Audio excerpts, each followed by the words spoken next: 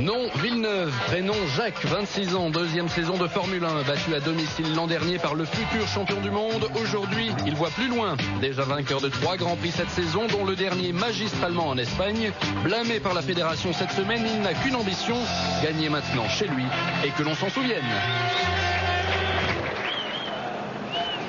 Depuis l'île Notre-Dame au beau milieu du fleuve Saint-Laurent à Montréal, voici le Grand Prix du Canada de Formule 1, la 7e manche du championnat du monde 1997. 69 tours à boucler de ce circuit en ville qui n'en est pas un circuit non permanent évidemment, tracé sur cette île, sur le fleuve, 4 km 421, soit 305 km de course, environ 1h30. Jacques Laffite, alors que nous revenons sur la grille de départ, ici en fond de grille avec Nakano, vous avez le classement des constructeurs qui s'affiche. Ferrari, un petit point devant Williams-Renault. Jacques Laffite, vous avez gagné ici à Montréal, c'était en 1981. Les spécificités du circuit, quelles sont-elles? Elles ont un peu changé depuis 1981, puisque maintenant il y a une très longue ligne droite, il y a une chicane avant les stands.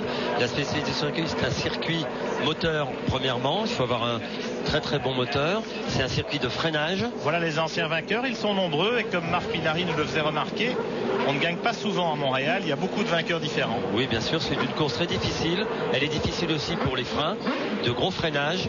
Freinage encore plus important depuis quelques années avec cette longue ligne droite avant les stands où les pilotes peuvent doubler. Circuit aussi important, on peut doubler dans 2 endroits sur ce circuit. Circuit difficile, 8 voitures à l'arrivée l'année dernière. Les voitures souffrent beaucoup, les transmissions, comme je vous l'ai dit, les freins et le moteur. Michael Schumacher en pole position avec la Ferrari, c'est la première pole position du champion allemand cette saison sur la voiture rouge. Et puis Rubens Barrichello, là c'est Magnussen, mais c'est la Stewart Ford évidemment qui a créé la surprise aux essais en se qualifiant en 3e position. Voilà, les pilotes s'élancent maintenant pour le tour de formation. Un dernier tour de chauffe avant de s'élancer pour les 69 tours de course. Jacques, on sait que le circuit est aussi très difficile pour les pneumatiques. Il fait assez chaud aujourd'hui, plus de 20 degrés, la piste à 26 degrés à peu près.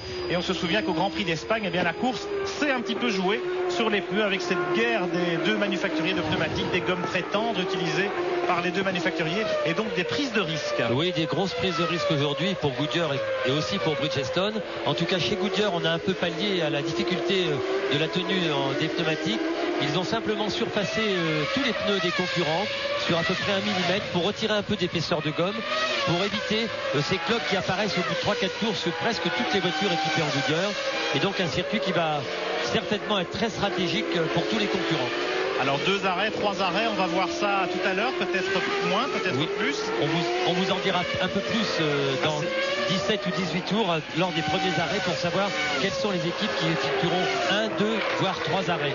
Et puis très peu d'adhérence sur cette piste-ci, Jacques, parce qu'on ne l'utilise pas évidemment le restant de l'année. Elle n'est pas utilisée toute l'année, elle a beaucoup de poussière, il y a beaucoup de vent aussi aujourd'hui, donc la poussière est très présente sur cette piste.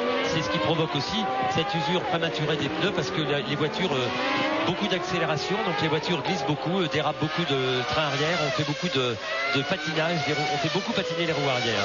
Et puis enfin c'est la grande foule ici à Montréal avec Jacques Villeneuve, l'enfant du pays, qui est accueilli comme le héros. Jacques Villeneuve en première ligne, en tête du championnat du monde des pilotes. 130 000 spectateurs sont là. Les tribunes sont pleines. On joue à bureau fermé ici à Montréal pour ce Grand Prix du Canada sur le circuit qui porte le nom de Gilles Villeneuve évidemment. Voilà Jacques qui se porte sur la droite de la piste et regardez les traces là sur le macadam, c'est significatif. Oui, les traces très importantes. Tous les pilotes, même Schumacher qui est habitué à ce genre de situation, ont fait cirer énormément leurs roues pour mettre de la gomme sur la piste pour avoir une meilleure adhérence pour le départ. Voilà, plus de grippe au moment de quitter le remplacement. Une petite vue aérienne, vous voyez cette île Notre-Dame et puis on revient dans le vif du sujet, dans la chaleur du cockpit de Schumacher en pole position. Jacques Villeneuve à ses côtés en première ligne. Sur la deuxième ligne, eh bien, on trouve donc Barrichello, la surprise du chef sur la Stewart Ford, et l'autre Williams, celle de Heinz-Harald Frentzen. Troisième ligne pour David Coulthard avec la McLaren Mercedes. Et la première des Jordan Peugeot, celle de Fisichella. Panis est 10e juste derrière Jean Alesi en 4e ligne. Attention, les feux rouges s'allument. Dès qu'ils vont s'éteindre, ce sera parti pour 69 tours.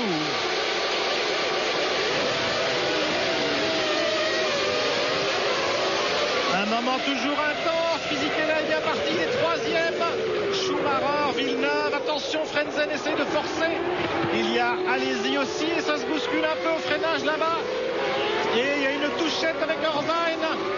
Et je pense que c'est l'aileron d'Olivier Panis, malheureusement. Oui, j'ai peur que ce soit l'Aligier de Panis, effectivement, qui était impliqué dans cette collision. Schumacher en tête, Villeneuve deuxième, Fisichella en troisième position. Et il y a une Stewart qui a disparu, c'est Magnussen. Magnussen et Irvine éliminés dans cette touchette du premier virage. Drapeau jaune et pas de drapeau rouge. Pas d'immobilisation, donc pas de neutralisation de la course. Schumacher déjà un petit écart. Villeneuve, Fisichella. Je me demande si c'est pas Jean Alesi qui pointe déjà au 4e rang avec la Benetton Renault. Exact, c'est Jean Alesi. Et puis la McLaren de Coulthard. Une Sauber, l'autre Jordan de Ralf Schumacher, Barrichello qui a raté son départ, voilà Wurz, le jeune Autrichien, et malheureusement on cherche Panis désespérément. Jacques. Voilà, c'est effectivement Olivier Panis qui a dû être heurté par Eddie Irvine qui était donc derrière lui sur la grille de départ et qui a arraché son aileron. On revoit regardez, ça au ralenti. Maintenant. Voilà, il a touché la McLaren devant lui aussi, Panis. J'ai l'impression qu'il a touché Hakkinen. J'ai vu Panis avec son aileron, Pierre. Regardez. Il y a Nakano aussi avec l'autre Olivier. Alors tout de suite le point à l'issue du premier tour. On va essayer d'y voir clair. Schumacher, Villeneuve, Fisichella, Alesi, Coulthard, Frenzen. 7e Ralf Schumacher, 8e Barrichello, 9e Wurz, Panis 10e dans les stands, Pierre, pardonnez-moi, Panis dans les stands, stop, on déclenche le chrono. Alors effectivement, plus d'aileron à l'avant, on soulève la voiture à la main, on démonte tout de suite le capot, il arrive, il est dur à sortir, voilà, on remet le capot neuf pour l'instant, le chrono égrène de secondes, 16 secondes pour Olivier Panis. Ça en fera 30 au bas mot. Et voilà Hakkinen qui s'arrête sans aileron arrière. Il y a eu contact entre ces deux hommes. Il y a eu un petit embouteillage au freinage. Panis a touché Hakkinen. Et puis d'autre part, il y a eu la touchette la collision plutôt entre Irvine et Magnussen un petit peu plus loin dans le peloton. Deux collisions, deux accrochages séparés dans cet embouteillage du premier virage. Malheureusement, Olivier Panis impliqué dans cette touchette et qui perd beaucoup de temps alors qu'il était le plus rapide ce matin en condition de course au warm-up. C'est très dommage. La course n'est pas perdue pour Olivier Panis. Il y a 69 tours à parcourir. Et c'est évident qu'avec cet arrêt, regardez. Attention, Williams sont tête à queue. C'est Villeneuve. C'est Villeneuve qui est en tête à queue. Jacques Villeneuve absolument dans la chicane. Juste avant la ligne droite des stands, Jacques Villeneuve est parti à la faute. Vous parliez de la poussière, du vent et de l'adhérence assez faible. Alors, on s'aperçoit des traces de Jacques Villeneuve à traverser la chicane. Il se tape la main sur le casque. Regardez, Jacques Villeneuve s'est loupé au freinage et a traversé la piste à travers cette chicane avant les stands, qui est l'endroit le plus stratégique du circuit. Très très gros freinage, 320 à l'heure, 315 km à l'heure. Et déjà dès le 3e tour, même pas de ce Grand Prix du Canada, la course est décapitée de son favori, en tout cas du favori du public, Jacques Villeneuve. Voilà. Et on revoit en caméra embarquée ce qui s'est passé. Blocage de roue au freinage, non. Pas. Ah, il a eu un problème mécanique sur sa voiture. Ah voilà, Jacques Lafitte, vous êtes formel et vous avez raison. Problème mécanique, parce qu'il n'a rien touché, la voiture a été tirée tout droit brutalement. Oui, là franchement, il n'y a pas d'erreur de pilotage, je pense, pour Jacques Villeneuve.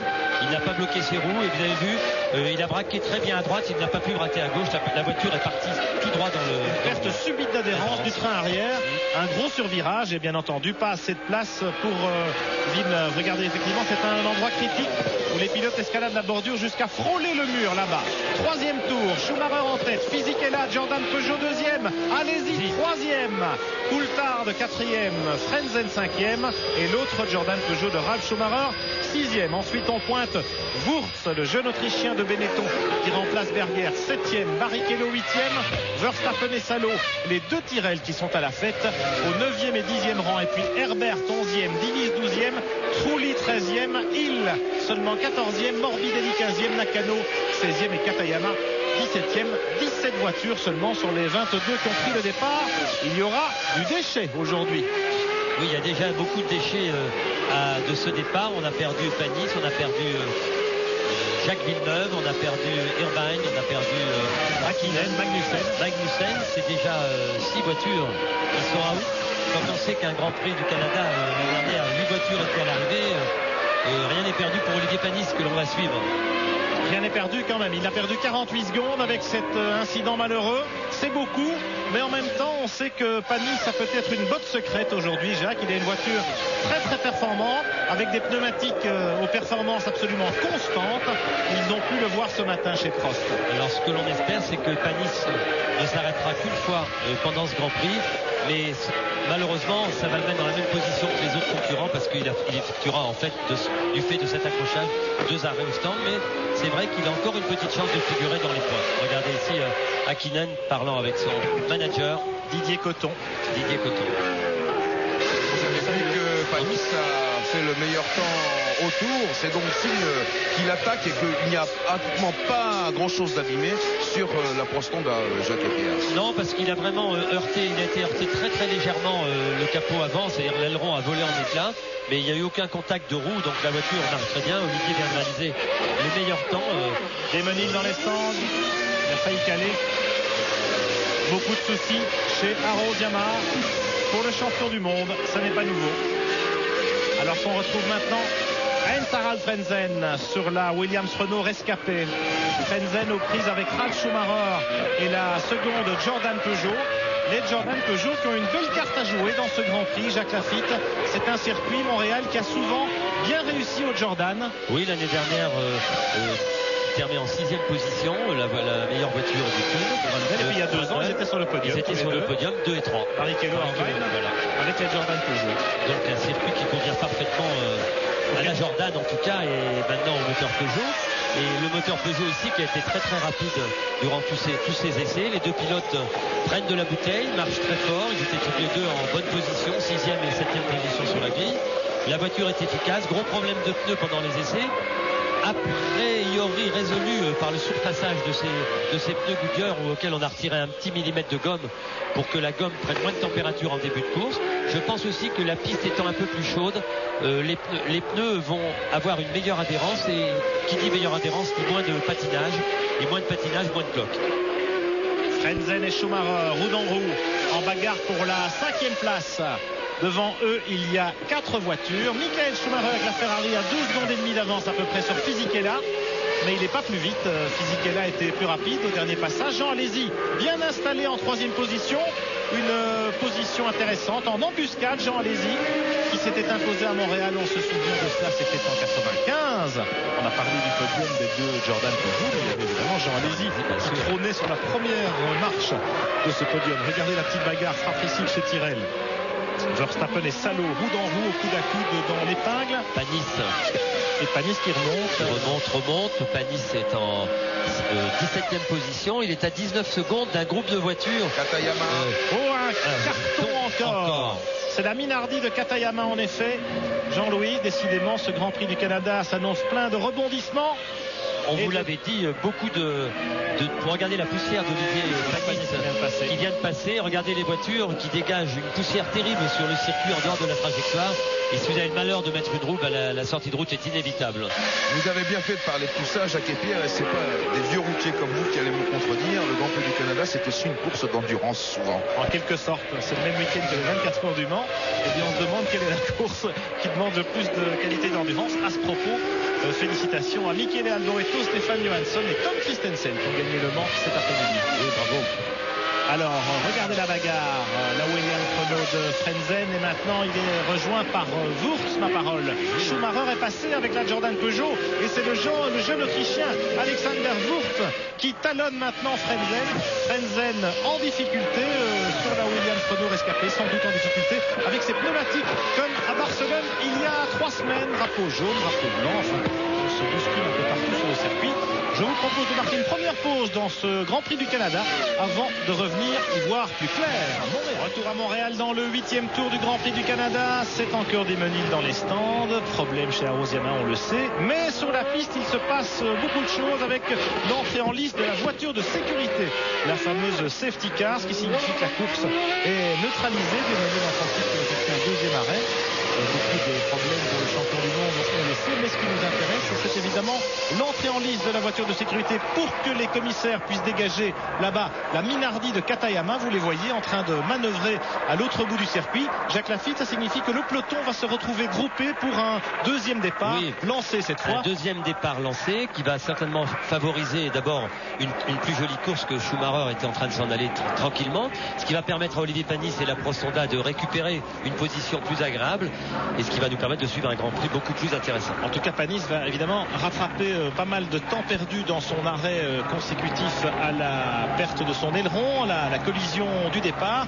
Panis qui avait à peu près 20-30 secondes de retard sur le gros du peloton, eh bien il va combler ce retard, mais bien entendu il devra néanmoins dépasser pas mal de concurrents. On revoit le départ, précisément le départ de ce Grand Prix du Canada. Schumacher impeccablement élancé, Barrichello avait complètement raté le sien en revanche, et puis dans le peloton, comme souvent dans ce premier virage, ce S assez lent, eh bien il y avait regardez, là on voit la caméra embarquée de la Benetton Renault de Jean Alesi en 4e ligne. Jean Alesi qui a pris un excellent départ, qui a bien profité de Frenzen qui a raté le sien, de Barrichello aussi à gauche. Regardez Fils qui est là. Et Jean, il essaye, il passe. Non, il passe pas. Il va. Voilà. Fisichella est là. En revanche, ce qui est intéressant, c'est ce qui se passe derrière, c'est-à-dire les deux contacts entre d'une part Hakkinen et Panis, avec perte d'aileron sur la voiture d'Hakkinen et touchette heureusement un peu moins grave pour Panis. Oui, Marc Minardi, vous êtes avec Jacques Villeneuve. Je me permets de vous interrompre une petite seconde, Pierre Van Vliet, parce que Jacques vient de rentrer au stand d'une grosse bagarre pour y accéder. Expliquez-nous un petit peu ce qui s'est passé, Jacques.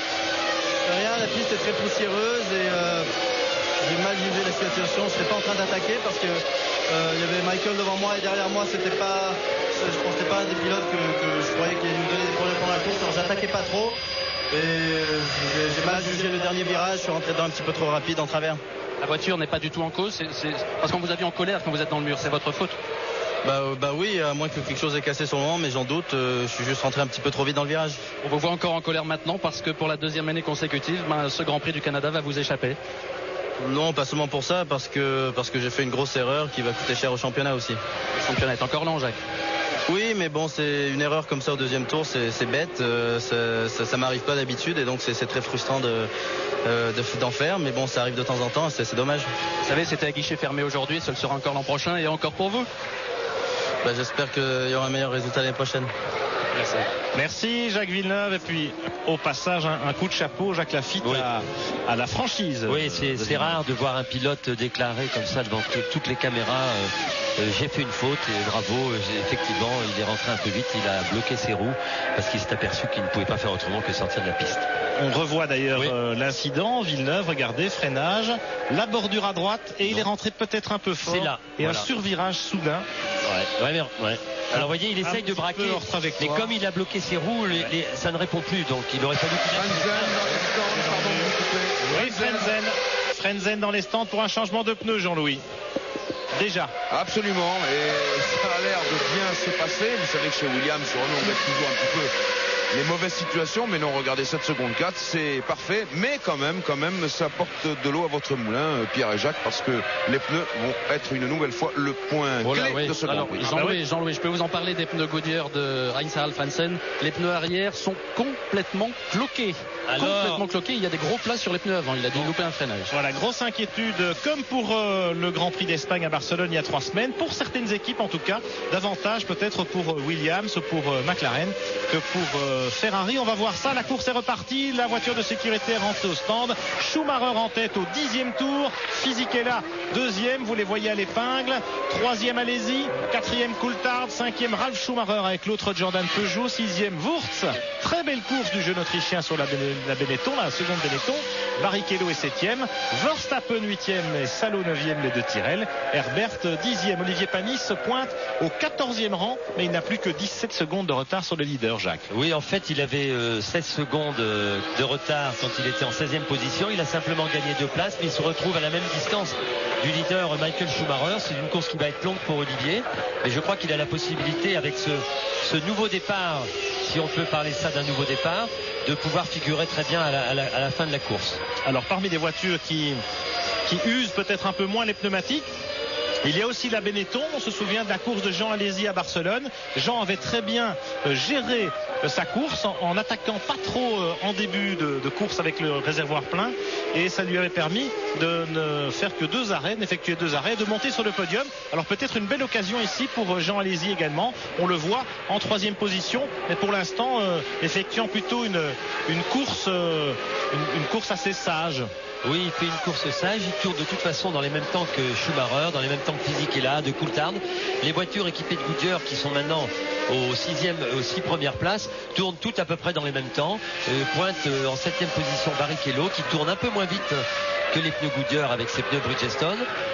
Mais on s'aperçoit qu'avec l'arrêt de Frentzen, peut-être que d'avoir simplement surfacé les pneus ne sera pas suffisant pour les équipes équipées en Goodyear pour pas cloquer leurs pneus. Mais visiblement, c'est surtout la voiture de Frentzen qui avait un problème avec ses pneumatiques. Oui, ça varie pas mal d'un châssis à l'autre. Allez, alors qu'on est en pleine bagarre dans le peloton, je vous propose tout de suite de jouer avec nous au concours Top Position. C'est parti.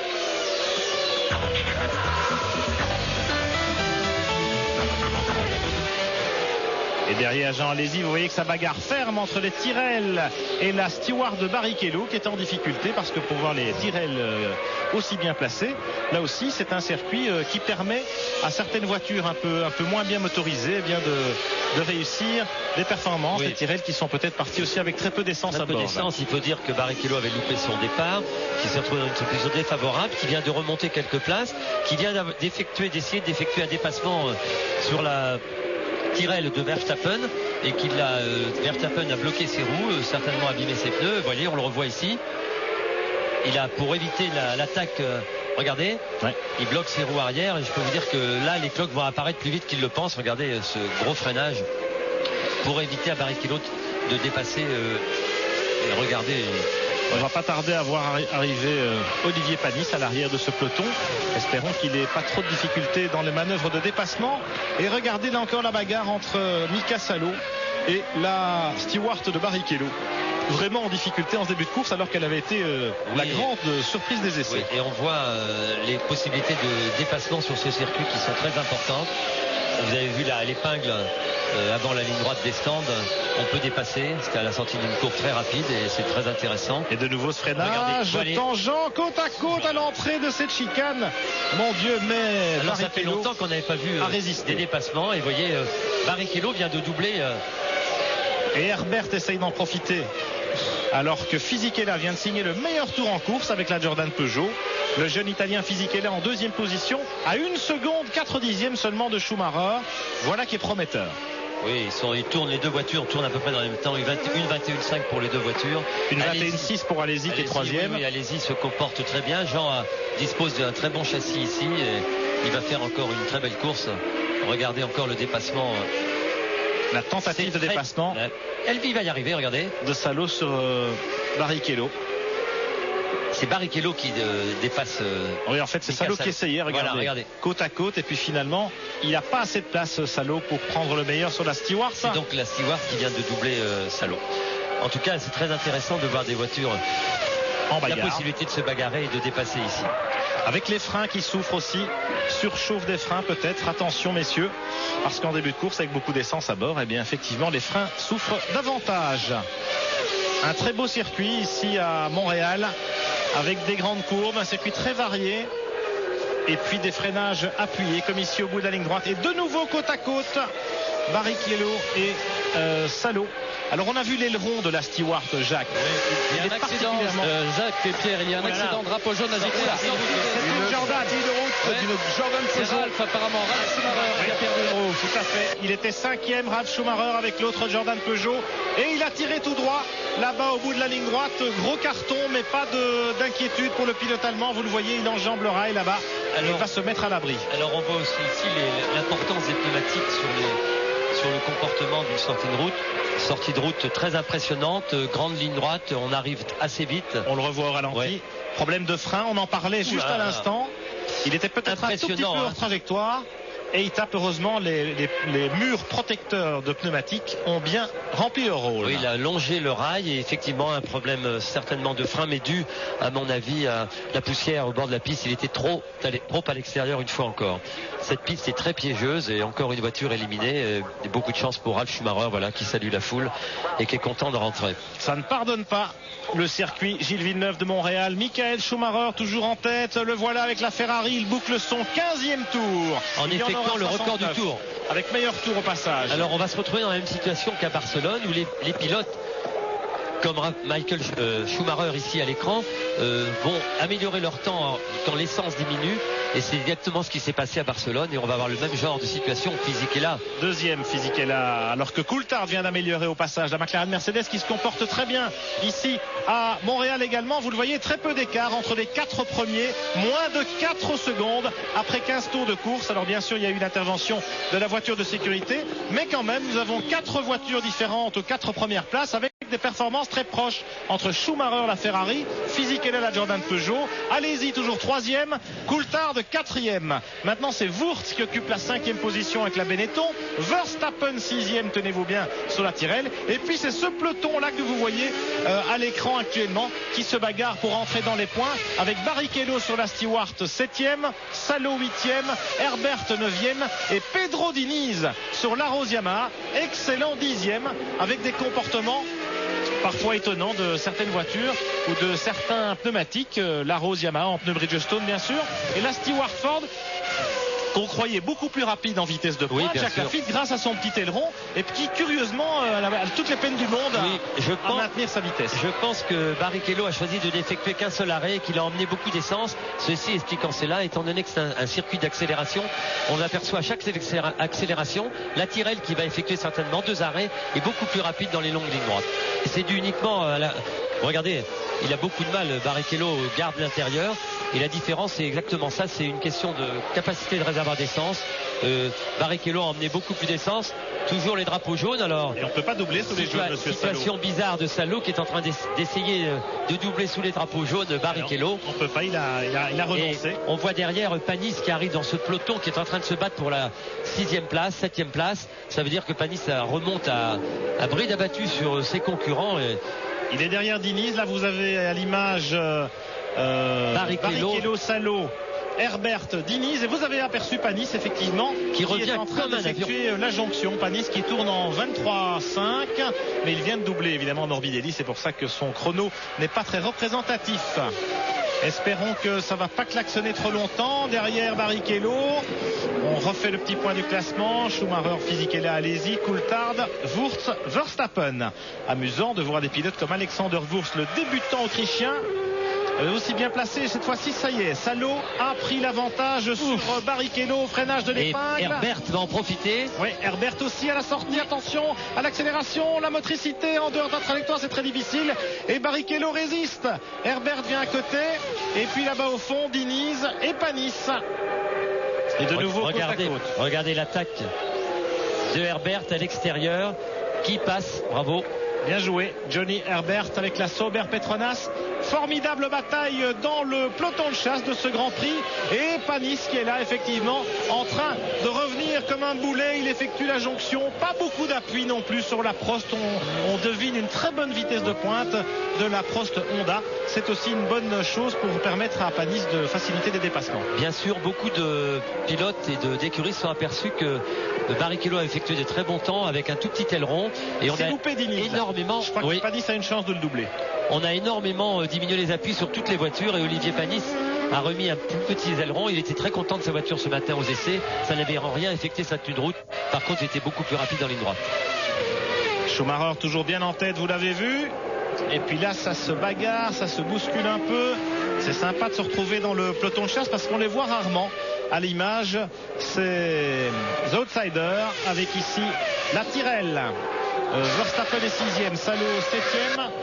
Alors il y a une alerte chez Prost Mugen Honda, mais c'est pour Nakano qui va changer de pneus et peut-être que Jacques pourra nous expliquer s'il a pris des pneus différents de ceux de Panis. Non, ils ont tous les deux les mêmes pneus, c'est des pneus tendres chez Bridgestone. On est parti avec des pneus tendres, peut-être qu'on a choisi une option différente pour Nakano pour éviter la fatigue, pour éviter le problème de frein, parce que Nakano use un peu plus ses freins et qu'il est parti avec moins d'essence pour économiser les freins pour arriver à la fin du Grand Prix avec des freins en bon état. Il y a une alerte aussi chez Stewart Ford. Si Rubens Barrichello retarde un petit peu tout le monde, c'est peut-être que son moteur ratatouille ou bien un échappement est cassé. Il fait un drôle de bruit, Barrichello. Ceci expliquerait bien ça, Marc Minardi. Merci d'avoir tendu l'oreille pour nous. 18e tour, Schumacher en tête, 3 secondes d'avance sur Fisichella sur la Jordan Peugeot. 3e Jean Alesi à 4 secondes et demie. 4e David Coulthard à 5 secondes. 5e Alexander Wurz à 19 secondes. De gros écarts tout de suite derrière le quatuor de tête. Et puis Verstappen 6e et Salo 7e. Les deux Tyrrell séparés quand même de 10 secondes parce que Salo a perdu beaucoup de temps pour doubler Barrichello. Herbert est maintenant 8e. Barrichello 9e. Et puis pour la 10e place, chaude explication entre Pedro Diniz et la Rose Yamaha, et la Prost Mugen Honda d'Olivier Panis. Mais là on revient dans le groupe de tête, Jacques Lafitte, avec notamment une bagarre pour la 3e place entre Alesi et Coulthard. Mais on voit que les 4 voitures de tête sont toujours à peu près dans la même image, avec Fisichella 2e. Et alors ce qui est très étonnant, Pierre, est très intéressant de noter, c'est qu'on est au 19e tour, la course en comporte 69, et que ces pilotes équipés en Goodyear font des temps canons, améliorent leur temps à chaque chrono. Ça veut dire que les pneus fonctionnent et qu'en fait il n'y aura peut-être que 2 arrêts au stand, et voire 1. On va le savoir rapidement. Je m'imaginais que s'il y avait 2 arrêts, les pilotes se seraient arrêtés vers le 20e tour. Attention, c'est Olivier, Panis qui rentre. Ah, c'est Panis qui rentre. Et oui, c'est la surprise générale. Et il arrive, Olivier. Le chrono s'est déclenché. On va tout de suite nous aller regarder du côté de ses roues. Mais c'était la stratégie prévue pour faire 2 arrêts. Alors, curieuse tactique chez Prost pour Olivier Panis. On s'attendait à moins d'arrêts peut-être de la part des Bridgestone. En tout cas, maintenant, c'est plutôt dans les stands Bridgestone que on se préoccupe chez Prost, mais aussi chez Stewart, vous l'avez dit, Marc Minardi. Et donc, Panis, tout est à refaire. Oui, tout est à refaire. Peut-être que Panis avait choisi l'option de 2 arrêts, comme il partait en 10e position pour avoir une voiture plus performante, sachant que les pneus marchaient très bien, que la voiture était très vite ce matin au warm-up, pour essayer de doubler très rapidement. Et parce que c'est vrai que sur le computer, 2 arrêts étaient plus rapides qu'un seul arrêt, mais il fallait savoir comment allait se dérouler la course. Et effectivement, avec les abandons successifs des meilleures voitures en début de course, cette tactique-là s'avère, comme le disait aussi très bien Olivier au départ du Grand Prix, on a fait une option, elle sera bonne si tout marche, elle sera mauvaise si ça marche pas. Et puis il y a eu les impondérables. Écoutez, les pneus de Olivier, je les ai sous les yeux. Ils ne sont pas blistrés, c'est-à-dire qu'il n'y a pas de grosses cloques, mais ils sont quand même passablement usés, Jacques et Pierre. Et puis des impondérables, évidemment, c'était l'incident du départ qui a contraint Olivier Panis à un arrêt supplémentaire. Alors nous sommes avec Fisichella en 2e position sur la Jordan Peugeot, le jeune pilote italien qui effectue une très très belle première demi-saison chez Jordan Peugeot. On attendait Ralf Schumacher qui avait impressionné son monde lors du premier Grand Prix en Australie et puis en Amérique du Sud aussi. Et petit à petit, Fisichella a pris le meilleur, a pris le dessus sur Schumacher Junior. Oui, bien sûr, puisque Ralf Schumacher avait fait tous les essais hivernaux avec Jordan et Peugeot, donc était très habitué d'abord à son équipe, d'abord au réglage de sa voiture, et que Fisichella lui est arrivé au dernier moment et a eu pas beaucoup de mal, mais il a eu un temps d'adaptation, et effectivement on s'aperçoit aujourd'hui qu'il s'est très bien adapté.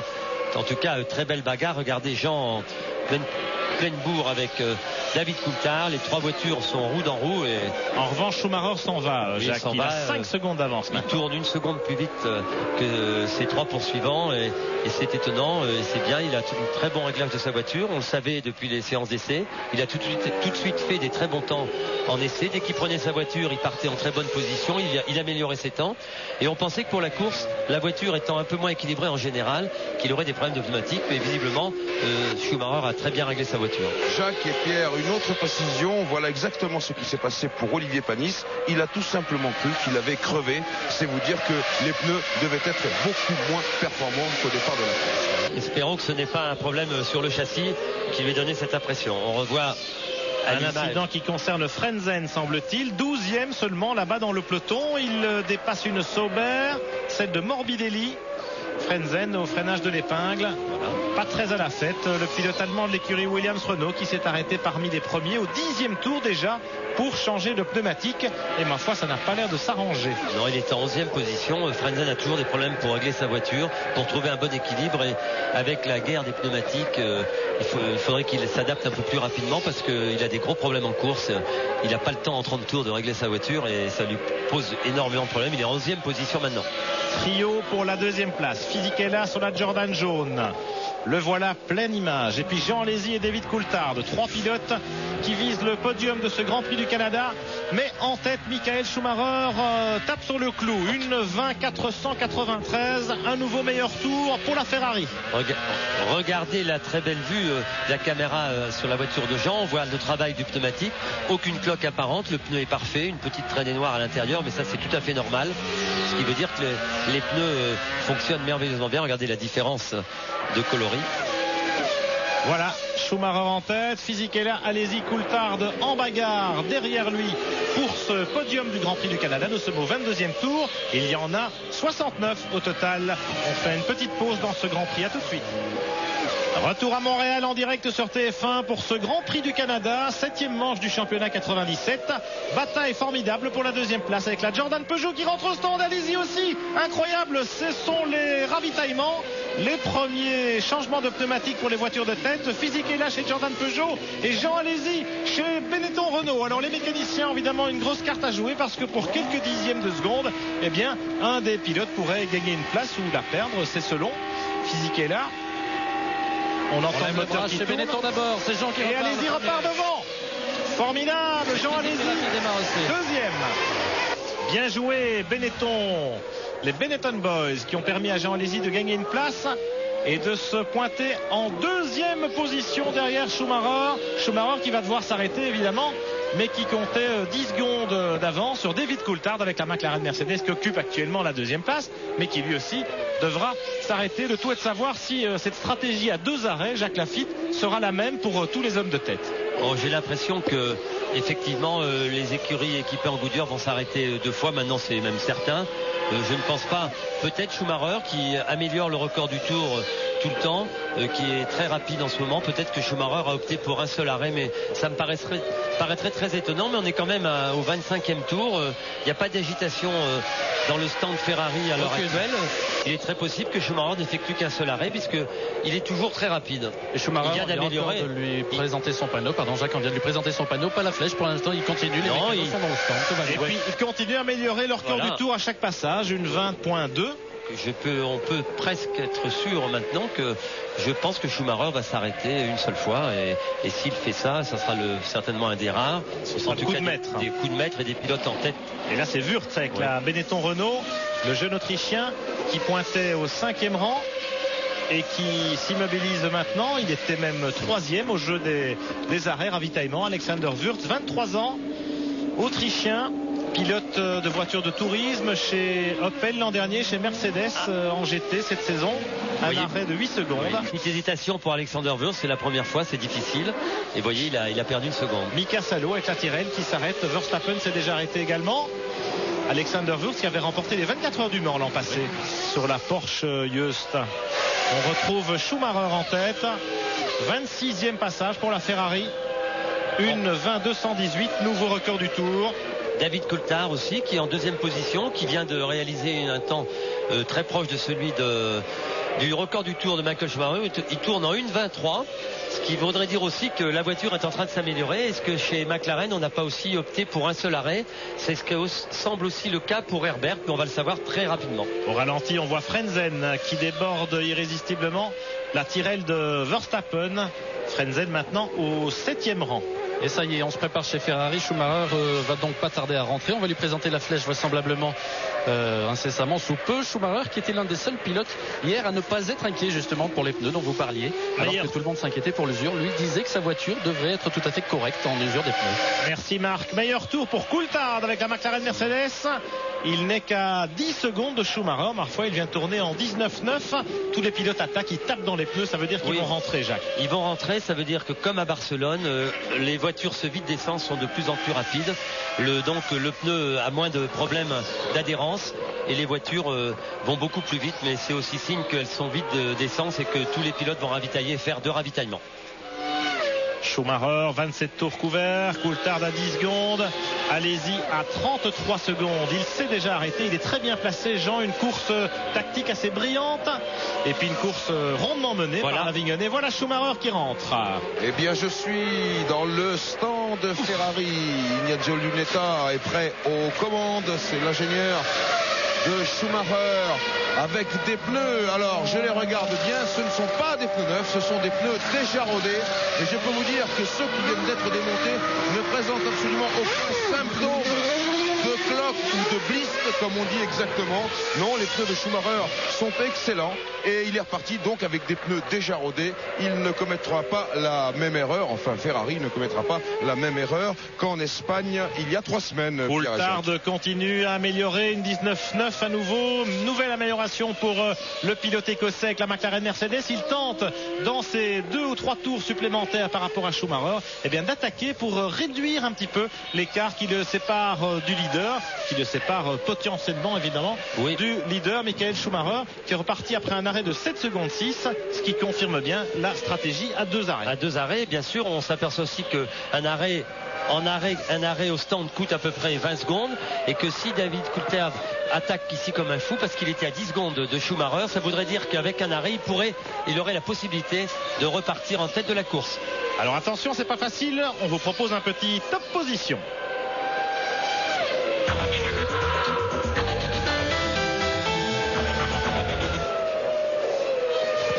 Pas facile sauf si vous êtes attentif évidemment à ces quelques inscriptions, mais c'est les ravitaillements, hein, c'est pas évident. C'est Coulthard en tête et avec le 3615 code TF1 vous pouvez gagner le plein de carburant gratuitement pendant 1 an auprès de notre partenaire.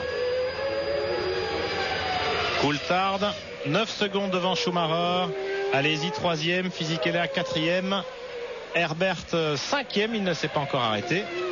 Wurz 6e. En tout cas, ce que l'on peut se rendre compte, c'est que Coulthard et Schumacher sont nettement en avance sur Alesi, Fisichella, Herbert, Wurz, Frentzen qui maintenant sont à 25. Alesi est à 25 secondes de Coulthard et seulement à 15 secondes de Schumacher. La course n'est pas jouée pour les hommes de tête, mais déjà l'écart est assez important entre Schumacher et Alesi, mais Alesi qui effectue une très belle course en 3e position. Il a gagné cette position, comme on l'a vu tout à l'heure, pendant les ravitaillements. Très bon travail des mécaniciens. Fisichella à 3 secondes, Herbert à 6 secondes, donc la course n'est pas finie pour la 3e place. Il va encore se passer beaucoup de choses ici à Montréal. Schumacher qui donne le meilleur de lui-même comme toujours, Jacques Lafitte, et qui n'a pas évidemment l'intention de laisser passer l'occasion. C'est trop beau évidemment d'avoir Jacques Villeneuve et la Williams Renault qui se fracassent dans le mur dès le 2e tour, d'avoir Panis et Barrichello un petit peu en difficulté alors qu'on craignait leur pneu Bridgestone bien ici. Sûr. Et puis même d'autres concurrents qui se sont... Regardez ici, on voit les pneus de Barrichello passablement abîmés. Il s'est arrêté. S'est arrêté 2 fois. Il a un problème avec sa voiture, son moteur, et on l'entendait tout à l'heure, et il a certainement un problème moteur. Frentzen sur la Williams Renault qui remonte. Il va bientôt rentrer dans les points. Il s'est arrêté très tôt dans la course et donc bientôt un 2e arrêt pour Frentzen. Regardez le très beau dépassement de Frentzen sur Wurz. Alors Wurz pas très vite sur ce coup-là. Peut-être qu'il sortait des stands. Curieux. On revoit au ralenti. Non, il a regardez le gros travers. Là, il a failli la perdre, il a failli taper le rail à droite. Wurz, et ça a permis à Frentzen de le passer. Voilà. Grosse émotion pour le jeune débutant autrichien. Jacques, peut-être pas habitué à ressortir en pneus neufs. Oui, voilà, il avait les pneus avec plus d'essence, pas assez chaud, et il a un coup d'accélérateur un peu intempestif à la sortie de la chicane, et vous avez vu, remarque, il est à droit parce qu'il a bien récupéré sa voiture. Bravo Alexander. Wurz, l'équipier de Jean Alesi, il remplace Gerhard Berger, souffrant. Il a été opéré au sinus. Berger, il souffrait d'une sinusite aiguë. En tout cas, On est au 30e tour. David Coulthard est toujours là. Encore 4 tours et il aura fait, pour ainsi dire, la moitié du Grand Prix. Est-ce qu'ils n'ont pas aussi une carte à jouer en ne faisant qu'un seul arrêt chez McLaren. Chez McLaren, ce qui sera un très beau coup. Les McLaren qui utilisent ici le nouveau moteur Ilmor Mercedes qu'ils utilisaient alors qu'en qualification, et ils ont décidé de le monter pour la course, ce qui veut dire qu'il est très fiable. Et oui, il avait bien marché en qualification en Espagne, le nouveau moteur Mercedes spécification F, dernière évolution. Et là, ils l'ont gardé pour la course. Hakkinen a malheureusement été éliminé d'emblée dans le carambolage du premier virage. Mais Coulthard est là, et bien là. Et effectivement, avec 31 tours couverts, il y en a 69 en tout. Eh bien, il est à 2 doigts de réussir le pari d'une stratégie à un seul arrêt. Oui, on s'aperçoit que Michael Schumacher est en train de revenir. Il tourne presque 1,5 secondes plus vite, en tout cas le dernier tour de Coulthard, ce qui voudrait dire que quand même avoir les pneus neufs et même l'essence, c'est quand même plus rapide que la voiture de David Coulthard, mais qu'un arrêt, c'est 20 secondes d'économiser, et que 20 secondes, 8 secondes, vous allez, ça va se jouer en fin de Grand Prix à quelques secondes, et ça va être très intéressant. La McLaren Mercedes victorieuse en Australie en début de saison avec Coulthard. Regardez, il a une ligne droite d'avance, très exactement, sur Schumacher. Schumacher qui revient à grandes enjambées sur Coulthard. Coulthard de plus en plus en difficulté. C'est un pari difficile quand même. C'est un pari difficile. Un autre pilote a effectivement fait aussi ce pari. Il semble que la voiture, la Sauber de Johnny Herbert, ne va effectuer aussi qu'un seul arrêt. Il tourne en ce moment en 1,27, ce qui est très rapide. Il est en 5e position et à 33 secondes du leader, ce qui va le placer en position très favorable avant la fin du Grand Prix. Bien vu, Jacques, en effet. Johnny Herbert sur la Sauber, qui était très mal placé sur la grille de départ, pas très performante en qualification, et qui se montre beaucoup plus constante en course. Il était très heureux ce matin après le warm-up. Ici Frentzen. Ouais, le voici Frentzen, voilà, et comme tout à l'heure l'autre pilote, il ne va pas avoir de pneus neufs. Heinz-Harald Frentzen non plus. Ce sont des pneus retravaillés, comme vous le disiez tout à l'heure, Jacques Fitoul. Alors, de l'essence, cette fois-ci, c'était pas le cas au premier arrêt pour Frentzen. On chausse les 4 gommes, on va surveiller l'état des pneus cette fois-ci. Il y a encore quelques cloques sur ces pneus arrière Goodyear, les pneus des roues motrices bien sûr, mais nettement moins quand même que sur le premier train. Ils sont bien meilleur état. Et puis Frentzen semble avoir beaucoup de difficultés à maîtriser son style de pilotage par rapport à ses problèmes de pneumatique, en effet. Fisichella sur la Jordan Peugeot à l'image, il est 4e après son arrêt ravitaillement. Il est précédé par Coulthard, le leader, qui ne s'est pas arrêté. Schumacher en 2e position à 7 secondes et demie de l'Écossais qui a déjà effectué son arrêt. Allez-y, 3e. On se prépare chez Sauber à faire un ravitaillement, je crois, Pierre. Oui, pour Herbert. Et pour Herbert. Mais il y a aussi Morbidelli. Morbidelli, bien sûr. Qui est toujours là. Allez-y devant Fisichella, mais l'écart se réduit entre les deux hommes. Il avait 4 secondes d'avance, un peu moins, près de 3 secondes. Et maintenant, Fisichella revient sur Allez-y. Oui, il est revenu très fort, Fisichella, dans le dernier tour. Est-ce que Jean Allez-y a effectué un dépassement ou en tout cas une erreur? Mais regardez, des problèmes de frein peut-être pour Jean. On a vu Wurth en difficulté tout à l'heure. Là, c'est Trulli, je pense, avec la Minardi. Katayama tout à l'heure était sorti de la route. Trulli s'immobilise avec un problème mécanique. Mais on est inquiet pour Jean Alesi en 3e position, virtuellement 2e avec la Benetton, mais qui est maintenant rejoint sous pression par d'une part la Jordan Peugeot de Fisichella, mais aussi par la Sauber de Johnny Herbert qui ne s'est pas encore arrêté et qui est là juste derrière les deux hommes. C'est l'autre Sauber qui s'arrête, celle de Morbidelli.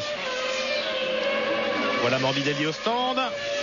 Mais avec 33 tours couverts, Jacques, on peut maintenant considérer que ceux qui s'arrêtent, on va voir ça évidemment à la longueur de l'arrêt, combien d'essence on met. On met le plein. Voilà. Plus de 10 secondes d'arrêt, ça veut dire certainement le plein d'essence.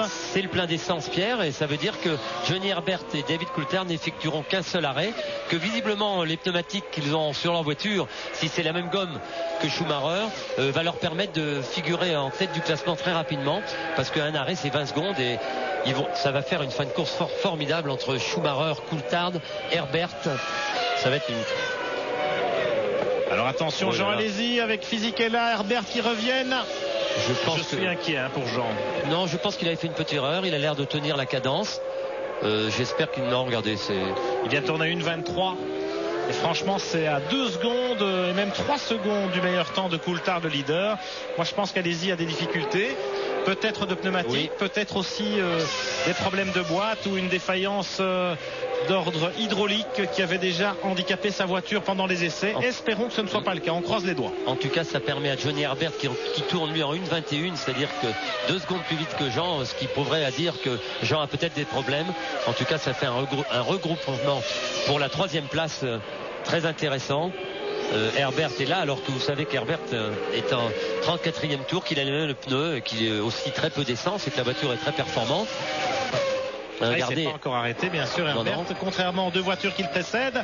Est-ce qu'il va être en mesure d'attaquer Fisichella? Non. En tout cas, il va aller un peu plus vite en ligne droite, la voiture étant plus légère. On va voir ça à l'accélération. Et à l'aspiration, il ne reviendra pas à la hauteur de Fisichella. On sait que Fisichella et le moteur Peugeot sont très rapides en ligne droite. Et voilà, Johnny a un peu de mal. Alors, on s'aperçoit aussi que la voiture de Herbert a un aileron un peu plus important. Vous voyez, et qu'il use peut-être moins ses pneus, mais je sais pas. Il est tout près de Fisichella. Ouais. Il est vite. Ben oui. Allez-y à tourner en 1,22,4 dans ce tour-là. Ça va un petit peu mieux, mais c'est quand même toujours à 2 secondes de Coulthard et Schumacher. Les 2 hommes de tête séparés par 7 secondes 9 dixièmes. Coulthard qui est en train de réussir un formidable pari. Oui, impressionnant Coulthard parce qu'il tourne dans les temps de Schumacher qui vient d'équiper sa voiture de pneus neufs et aussi de 80 litres d'essence à peu près. Mais c'est quand même très impressionnant les performances des pneus, et on s'aperçoit depuis quelques grands prix que les pneus, plus ils tournent, plus ils vont vite, et c'est quand même étonnant.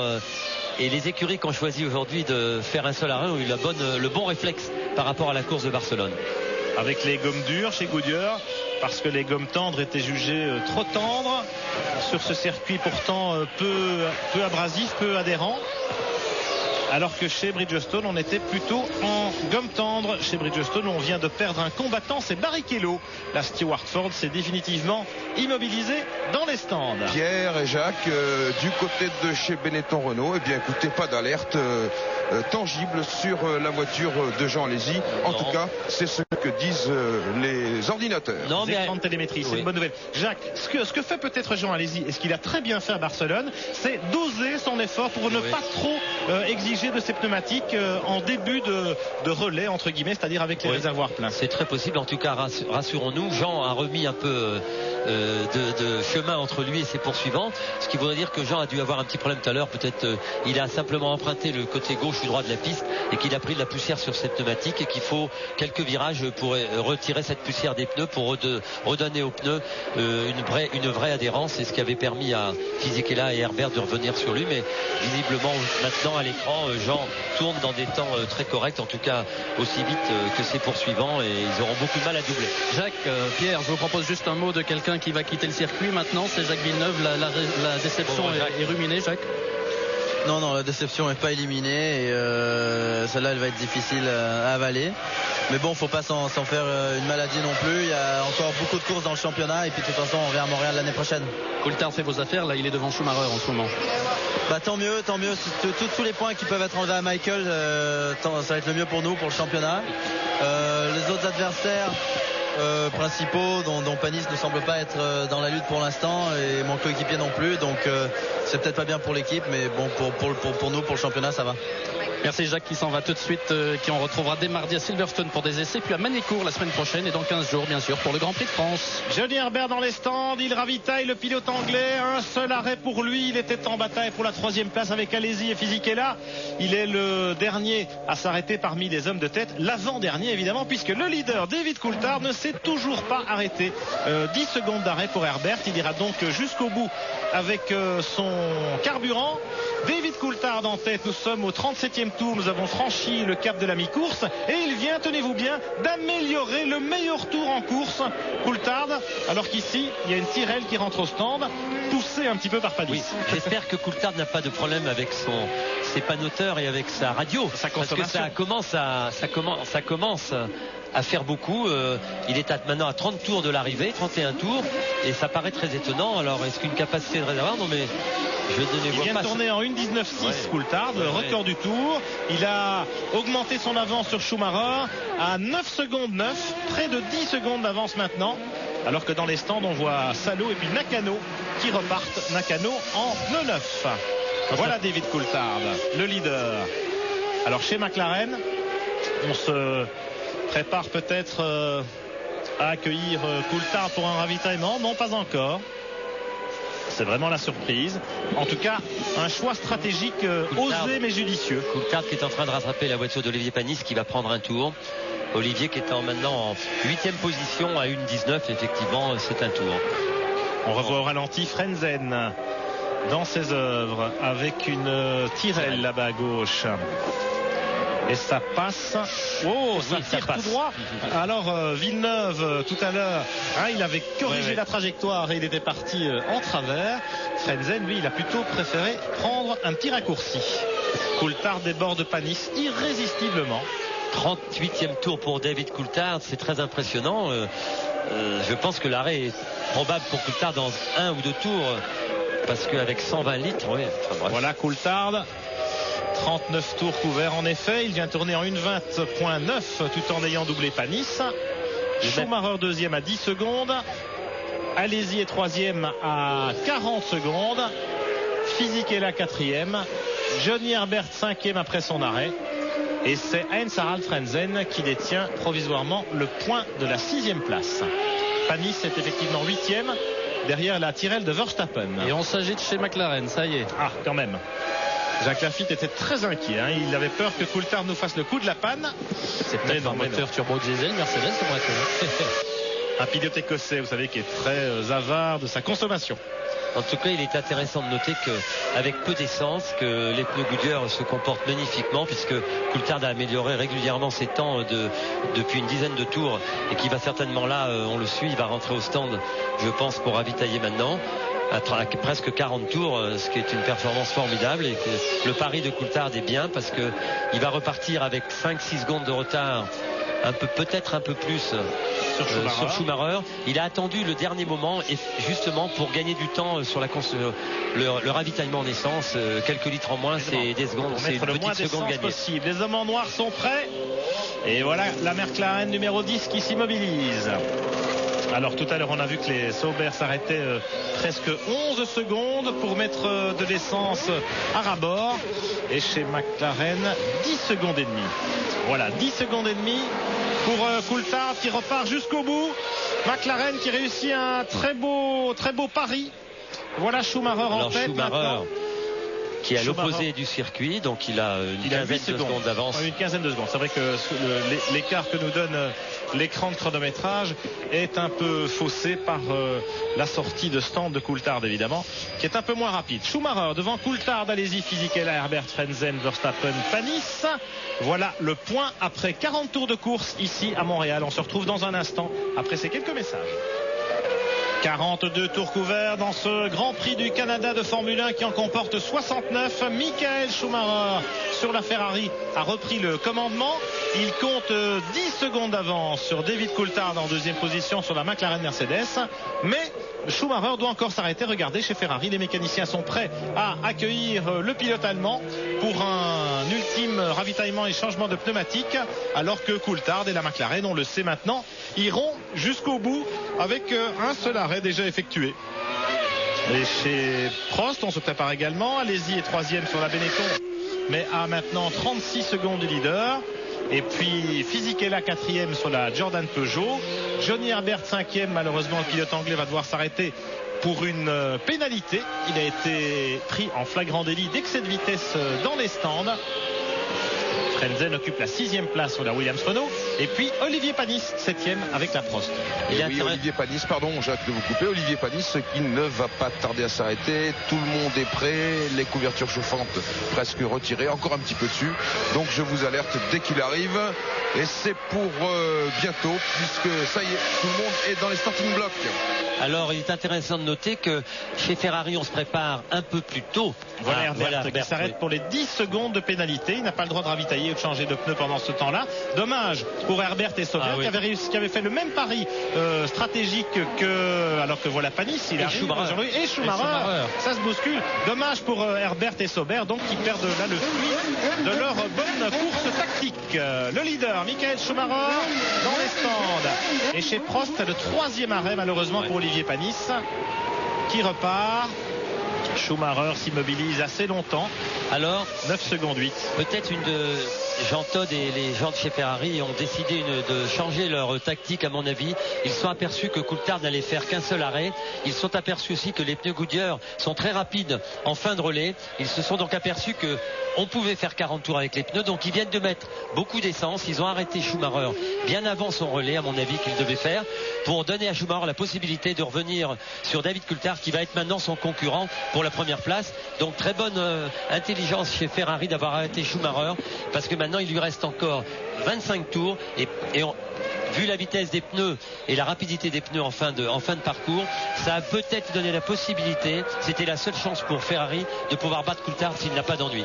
Alors Pierre et Jacques aussi, une autre information, énormément de poussières de carbone sont sorties de la roue de Panis, des roues de la Prost Honda, et il faut faire attention aux freins maintenant, ça commence à devenir tangent. Bien sûr, de frein, oui. Bien sûr, on a dit les problèmes de frein. Oh, la belle vitesse de pointe de David Coulthard, 325 km/h. Oui, on a parlé des problèmes de frein, bien sûr, pendant tout ce week-end. On vous en a parlé tout à l'heure. Mais c'est vrai que les problèmes de frein vont commencer maintenant, alors vers le 50e tour. Très beau dépassement ici de Michael Schumacher sur Panis. Schumacher, on va voir l'écart qui le sépare maintenant de Coulthard en tête.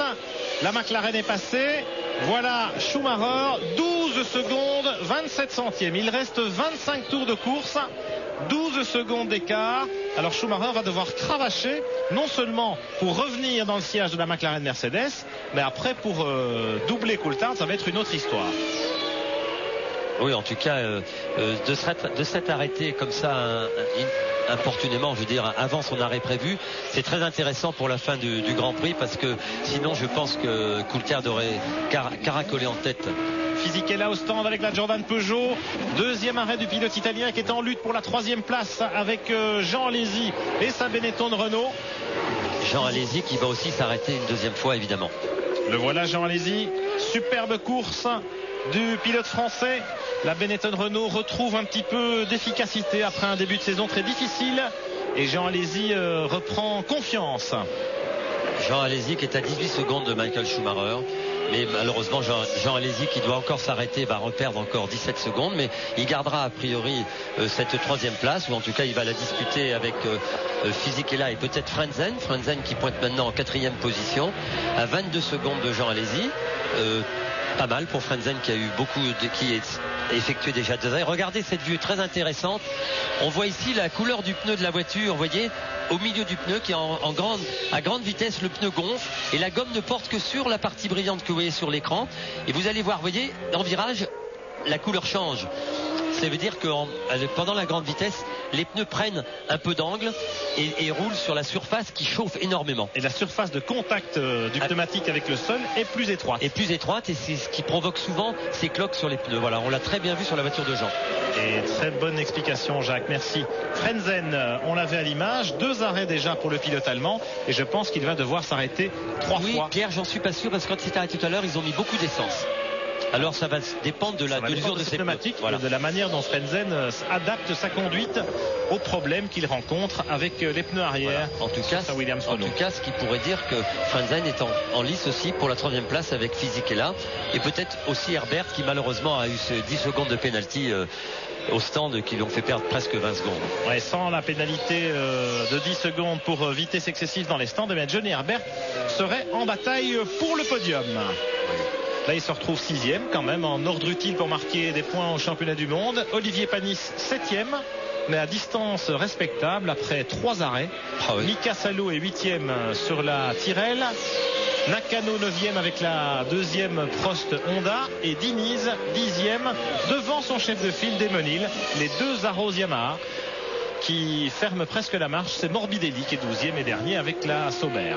Ah, voilà Jean Alesi qui s'arrête au stand. Alesi, 2e arrêt programmé. Les mécaniciens de Benetton Renault avaient été très rapides tout à l'heure et avaient permis à Jean de prendre l'avantage. Regardez, les pneus sont quand même pas mal abîmés. Le pneu avant droit de Jean Alesi. Et la poussière de carbone sur les freins, on l'a bien vu aussi, qui s'échappait là-bas des étriers de frein. Et vous voyez la différence. 9 secondes d'arrêt. Voilà, c'est bien. Pour Jean Alesi qui va repartir devant Fisichella.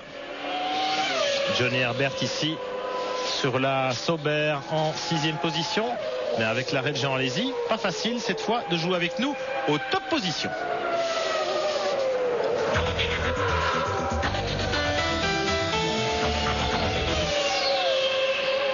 36-15 code TF1 pour gagner le plein de carburant et des vidanges gratuites pendant un an auprès de notre partenaire.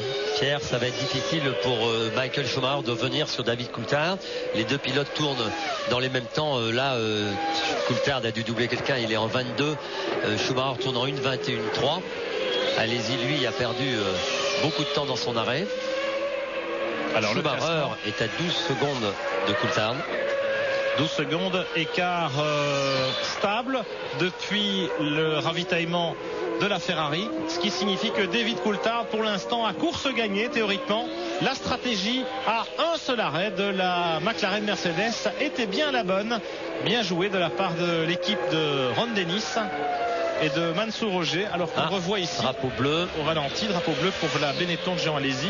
Alési, qu'est-ce qui se passe? En sortant des stands. Ah non, voilà. En sortant des stands, ce qui a permis à Heinz-Harald Frentzen avec la Williams Renault, je crois, oui, bien sûr, prendre la troisième place. Tout à fait. Frentzen dont on se demande s'il va encore s'arrêter d'ici l'arrivée. Oh, la réponse est oui, et ça ne saurait tarder vraisemblablement. Espérons-le en tout cas pour Jean Alési.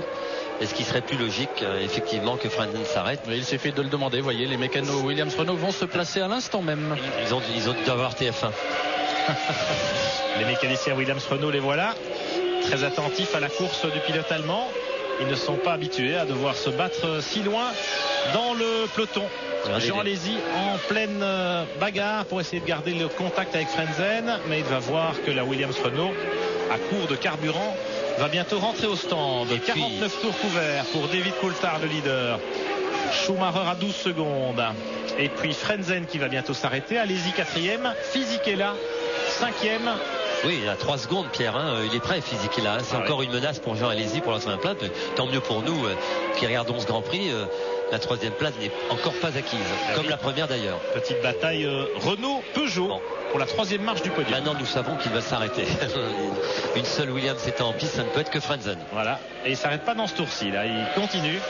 Frentzen, vous le soulignez, les voitures marchent plutôt bien avec moins d'essence. Les pneumatiques souffrent peut-être un peu moins. Oui. Toujours 12 secondes d'écart. Effectivement, il vient d'effectuer une 19.9 qui est son meilleur temps en course depuis le début de la course. Alors Pierre et Jacques, vous parlez du duel Coulthard-Schumacher, c'est aussi également deux philosophies, puisque chez Coulthard on a préféré un nouveau moteur Mercedes, il est même installé un petit peu plus bas dans la voiture, ce qui aide forcément naturellement pour l'adhérence.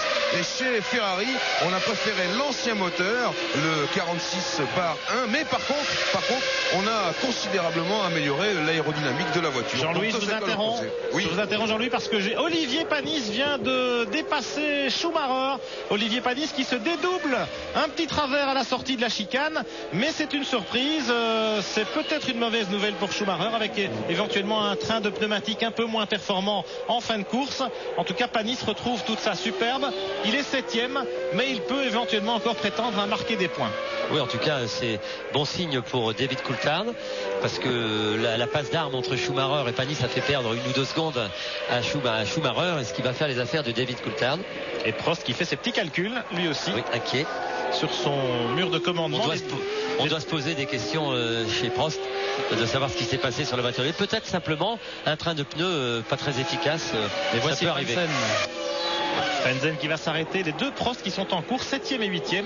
Panis 8 secondes devant Nakano. Alors quand on connaît l'écart habituel entre Panis et Nakano, ça laisse pas mal de regrets sur la course d'Olivier. Bien sûr, en tout cas aussi une bonne stratégie pour regardez, on revoit le dépassement de la Prost. Vous voyez ce nuage de poussière parce que Olivier utilise le parti droite de la chaussée. Et regardez, imparable. La vitesse de pointe, tout y est, bravo. Alors moi, je fais un gros problème sur la Ferrari parce qu'il a perdu beaucoup de temps, Schumacher, et instantanément on se prépare à changer ses pneus. Voilà, Schumacher, je pense qu'il a des soucis avec ses pneumatiques, peut-être avec ce train-là, peut-être des problèmes de frein aussi. On va voir ça. Schumacher rentre au stand. Le pneu est mort. Regardez les pneus arrière. Il est complètement cloqué. Les pneus arrière sont morts. Et c'est quasiment une crevaison. Regardez, c'est une crevaison plus.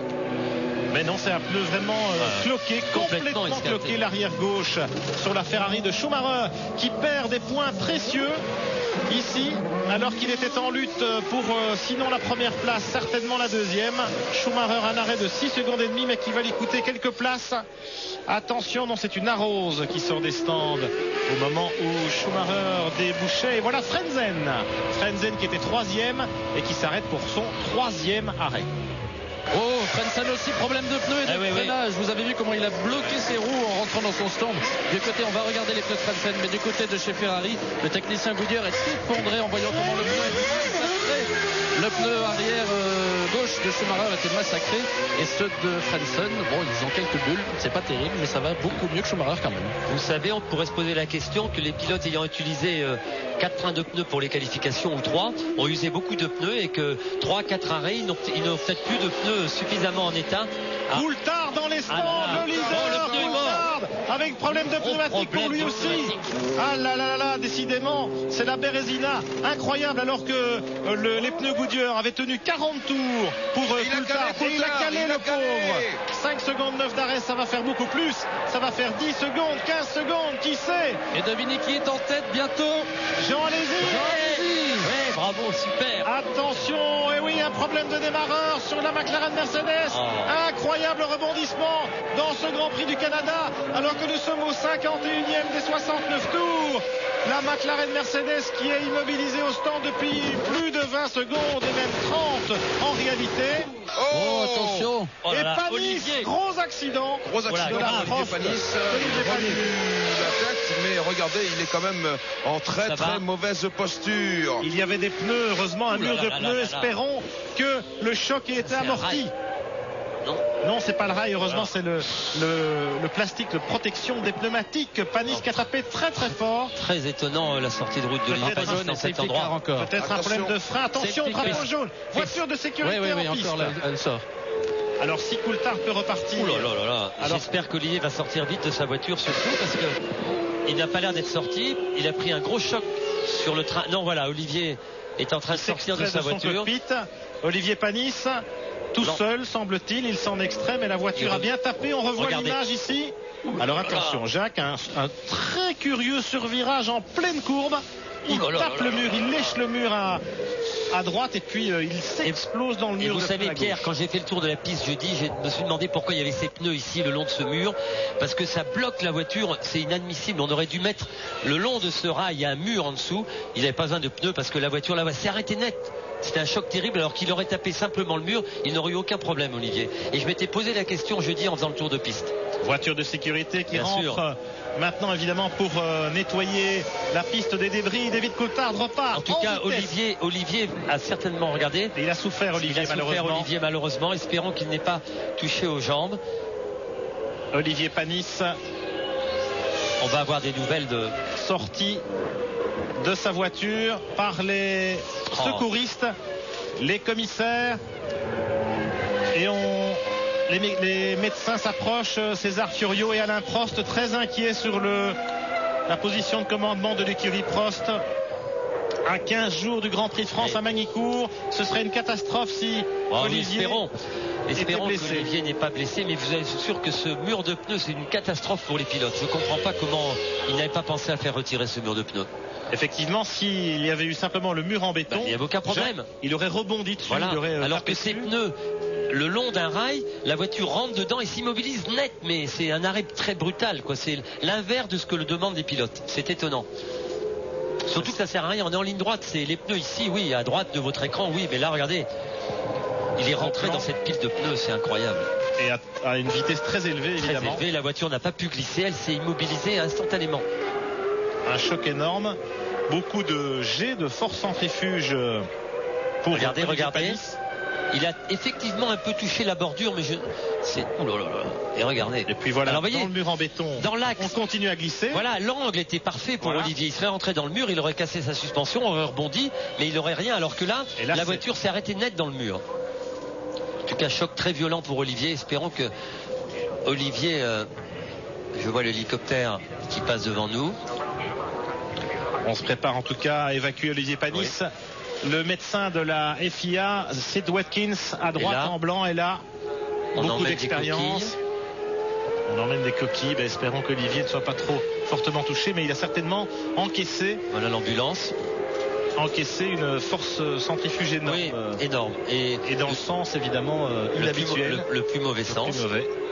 Alors bien que les voitures cette année depuis quelque temps une meilleure solidité, la safety box une meilleure protection latérale arrière. Vous voyez cette roue qui avait été fatale à Ayrton Senna dans un choc à 300 à l'heure. Ici la roue heureusement n'est pas arrivée sur le casque d'Olivier. Et regardez, là on a les voitures qui se regroupent. La voiture de sécurité et la course qui continue évidemment, même si on suit avec beaucoup d'inquiétude ce qui se passe là-bas. Vous avez vu que la voiture d'Olivier était sur une bosse, se secouait beaucoup. Alors est-ce qu'il a perdu l'adhérence brutalement avec une roue arrière sur le... Regardez ça. Regardez la violence du choc. Ouais. Puis ces pneus c'est du béton réellement, ils sont attachés les uns aux autres. Heureusement que Olivier a pas pris. Oui, il a pris un pneu quand même sur le casque aussi, vous avez vu. Alors regardez l'avant de la voiture et vous voyez pourquoi déchiqueté. Ouais, elle tombe même. J'espère. Oui. Olivier doit être blessé aux jambes, Pierre, malheureusement. Alors ces pneumatiques évidemment c'est une protection utile quand on arrive de face dedans.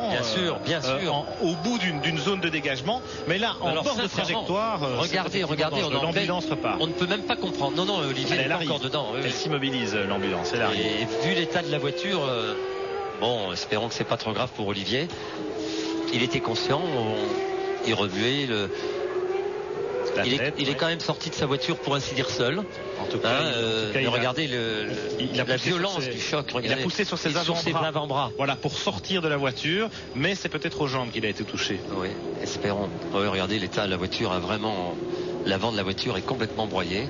Non, les gens n'ont pas l'air trop inquiets.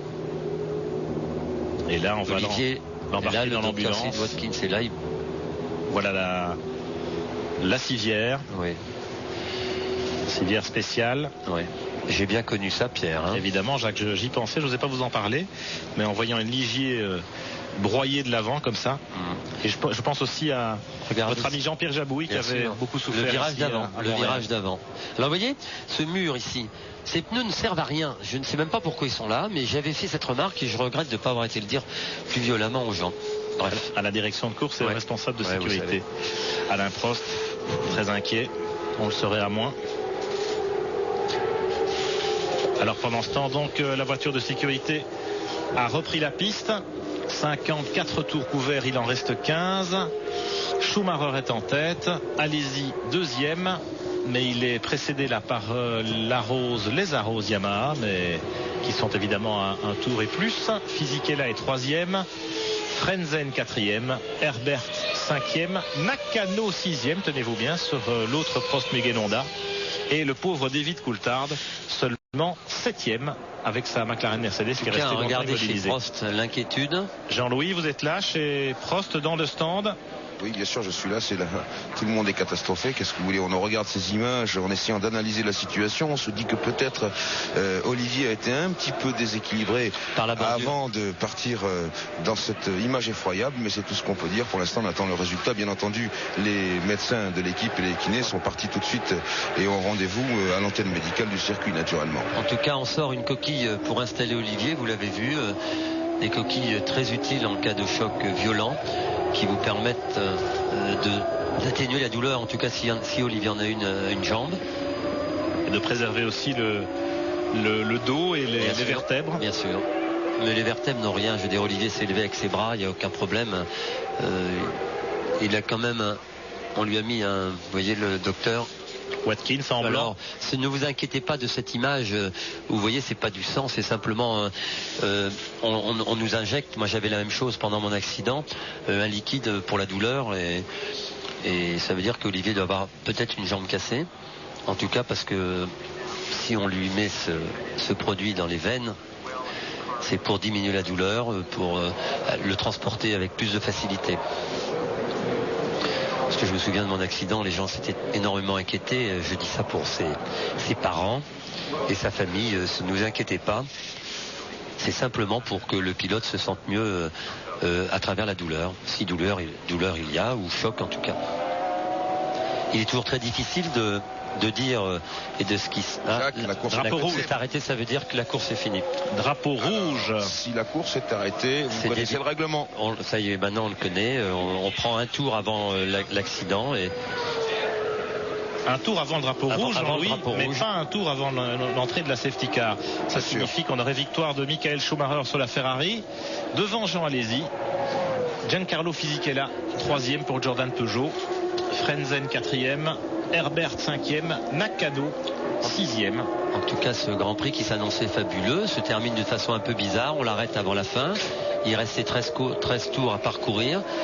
Ça veut dire que l'évacuation d'Olivier va être un peu plus longue que prévu. L'ambulance est là et que le directeur de course a décidé, très intelligemment d'ailleurs, d'arrêter les voitures pour laisser la possibilité aux sauveteurs de faire leur boulot et de le faire très bien. Bien entendu. Impossible de continuer à courir dans ces conditions. Les pilotes s'immobilisent à la hauteur de la grille de départ. Drapeau rouge, cela ne signifie pas que la course est définitivement arrêtée. Il y a de fortes chances évidemment qu'on ne reparte pas. Mais néanmoins, regardez cette image curieuse d'Eamon Hill qui sort du cockpit de son Arrows Yamaha. Les pilotes savent très bien où ils en sont. On se pose la question. Les pilotes doivent être inquiets. Qu'est-ce qui se passe? Pourquoi on s'arrête? Ils ont vu la voiture de Panis. Bien sûr, ils ont vu la voiture d'Olivier. Et ils vont certainement s'informer auprès de leurs écuries respectives. Je vous propose de retourner à Paris pour faire un petit break. On va faire le point ici à Montréal et on espère revenir avec de bonnes nouvelles dans quelques instants. À tout de suite. À Montréal avec cette image de Michael Schumacher qui va tout simplement aller sur le podium aux côtés de Jean Alesi et de Giancarlo Fisichella. Il parle avec Jean Todt, la Schumacher, Olivier Panis. L'accident d'Olivier Panis a provoqué l'interruption de la course avant son terme. Jacques Lafitte, vous avez bien vu les images de l'accident. On attend encore des informations un petit peu plus précises, mais malheureusement vous connaissez bien cette situation et on peut craindre que Olivier soit blessé. Écoutez, là on a Diniz qui est venu au renseignement du côté de Cesare Fiorio. Et puis Cesare, lui, il attend les nouvelles. Qu'est-ce qu'on peut dire, Cesare, à ce stade de l'accident? Pour l'instant, rien du tout. On attend nous aussi des nouvelles. Alain est parti voir à l'infirmerie, voir les conditions d'Olivier, mais pour l'instant, on n'a aucune information. Voilà, c'est un témoignage de Cesare Fiorio, le team manager de l'équipe Prost Mugen Honda. Pierre et Jacques, c'est à vous. Pierre et Jacques, au pied du podium, il y a les 3 premiers pilotes, la Schumacher, Alesi et Giancarlo Fisichella. Schumacher qui discute avec Jean Todt. Et Jean, je peux vous dire qu'il fait une moue. Et bien sûr, il est deuxième, mais il a vu Olivier en passant à chaque fois. Il n'est pas très rassuré, Jean, pour l'instant. Alors Jacques, qu'est-ce qu'on peut dire Vous savez, Pierre, la situation d'Olivier maintenant, elle va être très simple. Il va être conduit à l'hôpital pour avoir un check-up complet du squelette. Au centre médical d'abord. Au centre médical, bien sûr. Oui, excusez-moi, le centre médical Zurich est toujours très bien équipé. Visiblement, Olivier doit avoir une blessure quelque part puisqu'on lui fait du goutte à goutte. Je vous l'ai dit, c'est du sérum pour fortifier. Je sais pas, je ne me rappelle plus le nom malheureusement. Mais en tout cas, ça veut dire qu'il a certainement une blessure, une coupure ou quelque chose. Mais la gravité, on ne la connaît pas. Simplement peut-être une cassure, une fracture. Il faut savoir qu'ici à Montréal, on est très bien équipé. Il y a un hôpital Sainte-Marie où était Jean-Pierre Jabou, avait été très bien soigné et que on peut espérer que Olivier n'a pas grand-chose, mais le choc a été énorme et franchement, on a vu heureusement Olivier sortir de sa voiture, en tout cas céder de ses bras pour s'extraire de son cockpit. Et après, c'est au niveau des jambes, effectivement, qu'il a dû être aidé. Oui. Merci. Nous en restons là pour ce Grand Prix du Canada. On se retrouve dans un instant pour la cérémonie du podium, malgré tout, avec ce tiercé Schumacher, Alesi, Fisichella. À tout de suite.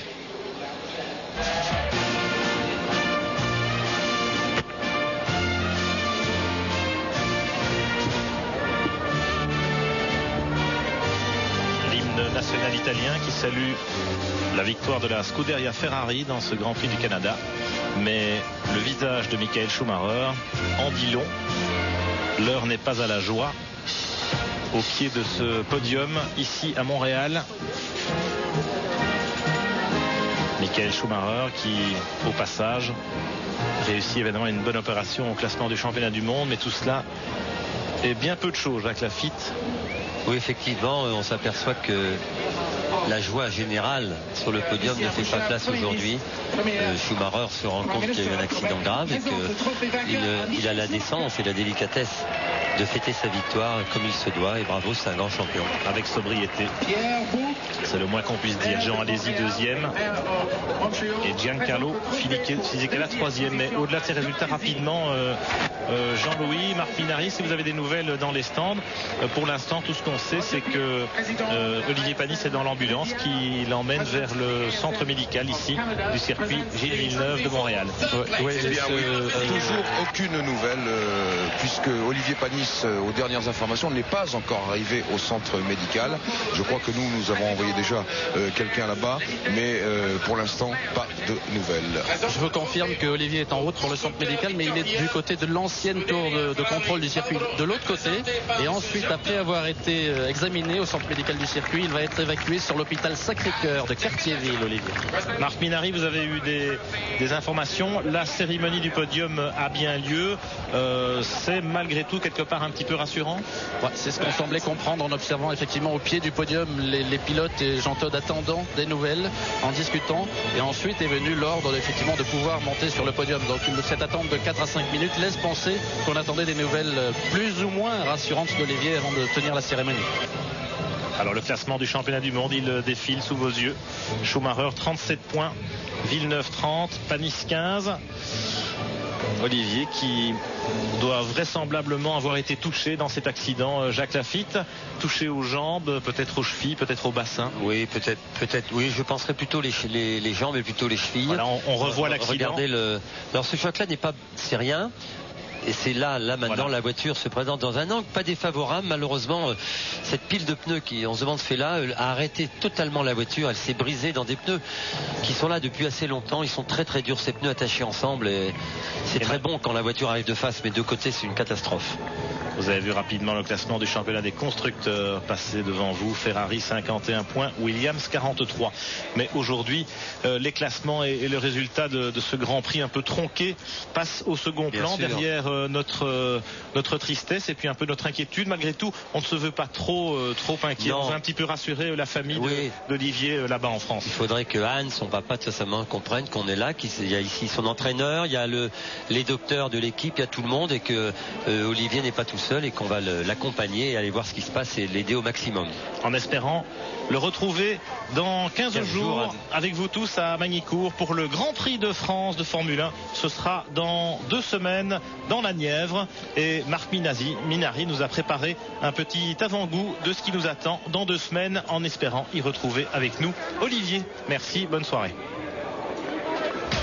Méfiez-vous de l'eau qui dort. Non loin des bords de Loire, la verte campagne nivernaise accueille chaque été la manche française du championnat du monde de Formule 1.